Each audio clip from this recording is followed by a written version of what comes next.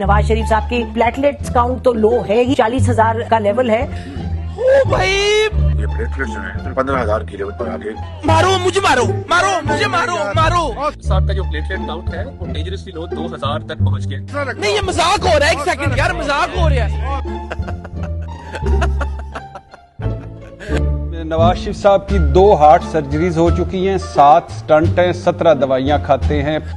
दिलो दिमाग की कुछ शरियाने बंद हैं, दिलो दिमाग की लफ नोड की बीमारियों में मुबतला हैं, गुर्दों की बीमारी है, टाइप 2 शुगर है, इंसुलिन लगाते हैं। क्या डिलीवरी दे के आए हैं आप मियां नवाज शरीफ साहब के दफ्तर में? मैं खीर दे के आया हूँ। ये तो रेगुलर आ रही एवरी फ्राइडे को 1.5 ईयर से।